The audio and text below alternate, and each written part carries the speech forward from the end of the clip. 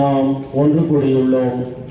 இதனால் நம் ஆண்டவருடைய பாஸ்கா மறை நிகழ்வை, அதாவது ஆண்டவருடைய திருப்பாடுகளையும் உயிர்ப்பையும் உலகளாவிய திரு அவையோடு சேர்ந்து அறிவிக்கின்றோம். இப்பாஸ்கா மறை நிகழ்வை நிறைவேற்றவே அவர் தம் நகரான எருசலேமுக்குள் நுழைந்தார். எனவே மீட்பு அளிக்கும் இந்த நுழைவை நாம் முழு நம்பிக்கையுடனும் இறை பற்றுடனும் நினைவில் கொண்டு அவரை பின் செல்வோம்.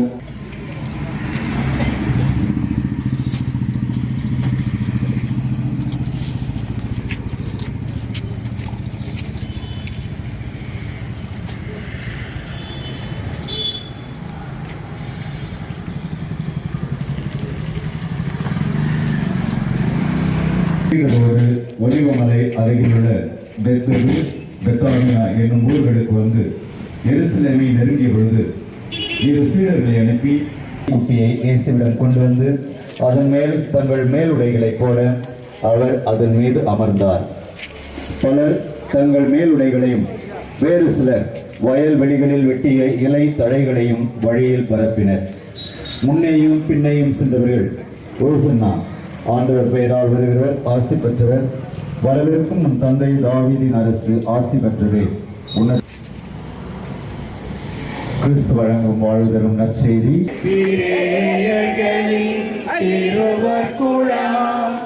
வழியில் ஆடைகள் விரித்தவரா தாவீதின் மகனுக்கு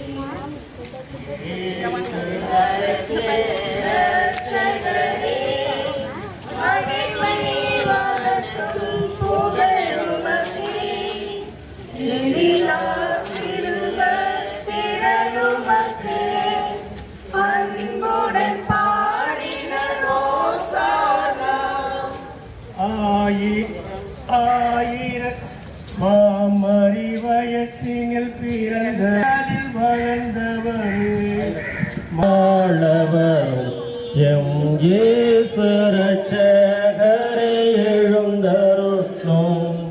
ஹோசானா தாவீதின் புதல்வா,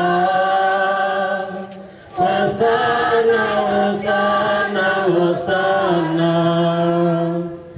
மாமறிவயிற்றினில் பிறந்தவர் மாமு தெய்வீக முடியோடு வந்தவர்.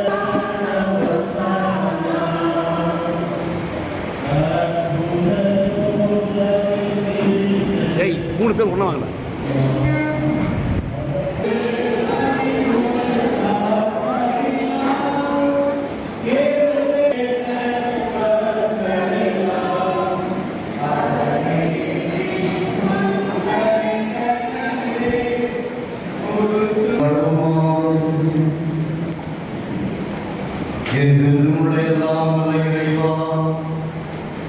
தாழ்மையில் எடுத்துக்காட்டை மனித இனம் பின்பற்ற எங்கள் மீட்பரை மனிதன் உடலில் எடுக்கவும் சிலுவையை ஏற்றுக்கொள்ளவும் செய்தீரே. சந்திக்கவிருக்கின்ற துன்பங்களை அவமானங்களை பட்டியலிட்டு முன்னதை என் முகத்தை மறைக்கவில்லை. இவன் மீது பிரியமிருந்தால் இவனை விடுவிக்க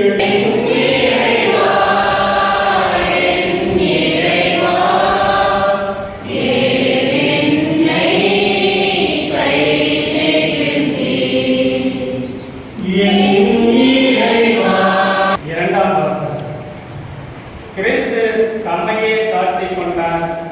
எனவே கடவுளும் கிறிஸ்துவை உயர்த்தினார். திருத்தூதர் பவுல் பிலிப்பியருக்கு எழுதிய திருமுகத்திலிருந்து வாசகம். அதிகாரம் 2 இறை திருவசனங்கள் 6 முதல் என்று வழி தேடிக்கொண்டிருந்த விழாவின் போது வேண்டாம், ஒருவேளை மக்களிடையே கலகம் ஏற்பட 100 தனாருக்கும் மேலாக விற்று வேலைக்கு கொடுத்திருக்கலாமே என்று தங்களுக்குள் பேசிக் கொண்டனர். அப்பெண் மீதும் சீறி எழுந்தனர். இயேசு அவர்களிடம், ஏன் அவருக்கு தொல்லை கொடுக்கிறீர்கள்? அவர் எனக்கு செய்தது முறையான செயல். ஏனெனில் ஏழைகள் எப்பொழுதும் உங்களோடு இருக்கிறார்கள். நீங்கள் விரும்பும் போதெல்லாம் அவர்களுக்கு நன்மை செய்ய முடியும். ஆனால் நான் அங்கெல்லாம் இவர் செய்ததும் எடுத்து கூறப்படும், இவரும் நினைவு என்று கூறினார். 12 ஒருவனாகிய யூதாஸ் இஸ்காரியோத்து இயேசுவை காட்டிக் கொடுக்கும் நோக்கத்தோடு தலைமை குருக்களிடம் சென்றான். அவர்கள் இயேசுவுக்கு ஏற்பாடு செய்ய வேண்டும் என்று விரும்புகிறேன் என்று கேட்டார்கள். செல்லுங்கள். மனமுடத்தில் தண்ணீர் சுமந்து கொண்டு ஒரு ஆள் உங்களுக்கு எதிரே வருவார். அவர் பின்னே செல்லுங்கள். அவர் எந்த வீட்டுக்கு செல்கிறாரோ அந்த வீட்டின் உரிமையாளரிடம், நான் என் சீடர்களோடு பாஸ்கா விருந்து உண்பதற்கான என் அறை எங்கே என்று போதகர் கேட்கச் சொன்னார் என கூறுங்கள். அவர் மேல் மாடியில் ஒரு பெரிய அறையை காட்டுவார்.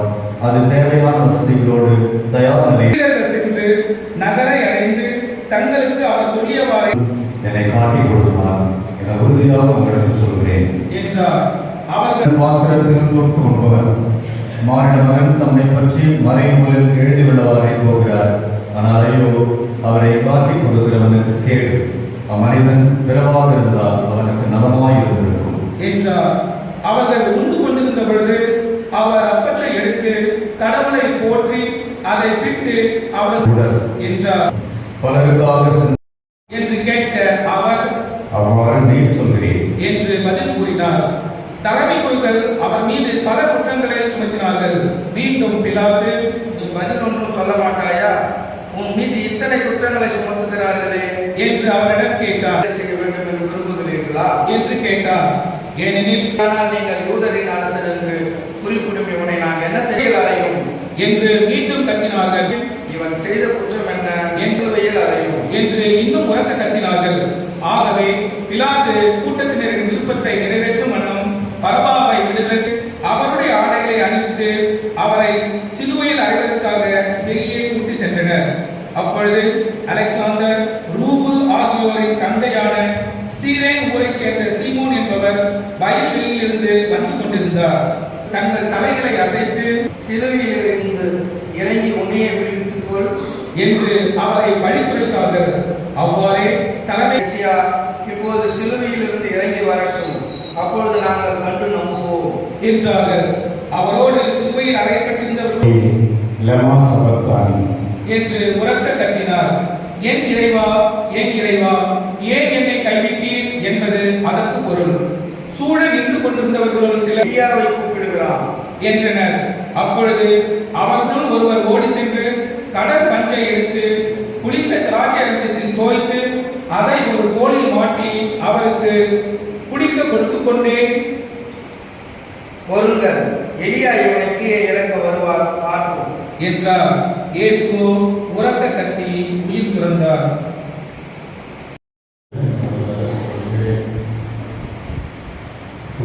இயேசு கிறிஸ்துவின் திருப்பாடல்களில் குருத்து ஞாயிறை இன்று கொண்டாடுகின்றோம். இந்த பெயரை சற்று வித்தியாசமான பெயரில் இருக்கிற இன்றைய குருத்தோலை பகுதியில் பங்கெடுத்து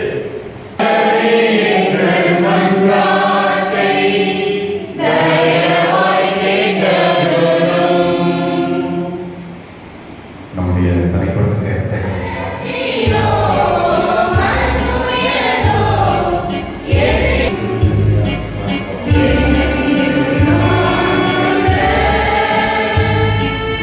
I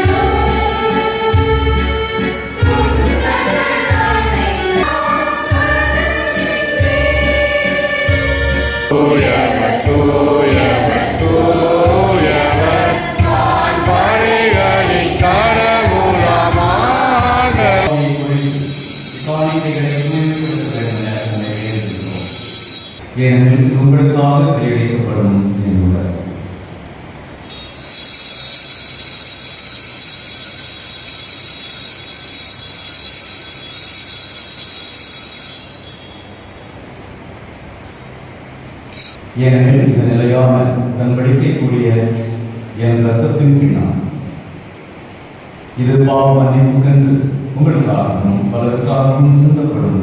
இதை என் நினைவாக செய்யுங்கள்.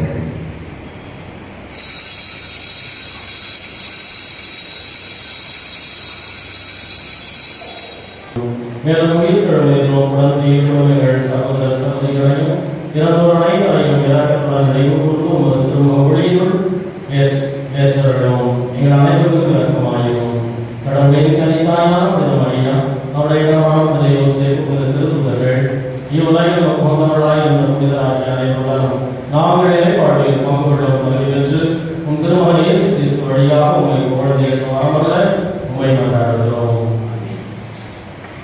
இவர் வழியாக எல்லாம் இறைவனாகிய தந்தையே தூயாவியாய் ஒன்றிற்கு எல்லா புகழும் மாற்றியும் உமது இறக்கத்தின் உதவியால் நாங்கள் பாவத்திலிருந்து எப்பொழுது விடுதலை பெற்று யாதொரு கலக்கமுமின்றி நலமாயிருப்போமா. நாங்கள் எதிர்நோக்கியிருக்கும் பேருந்து எங்கள் பாவங்களை பாராமல் உங்களுடைய திருவை நம்பிக்கை மட்டுமே கண்டோம். உங்களோடு என்று இருப்பதாக கிறிஸ்துவின் அமைதியை பகிர்ந்து கொள்வோம்.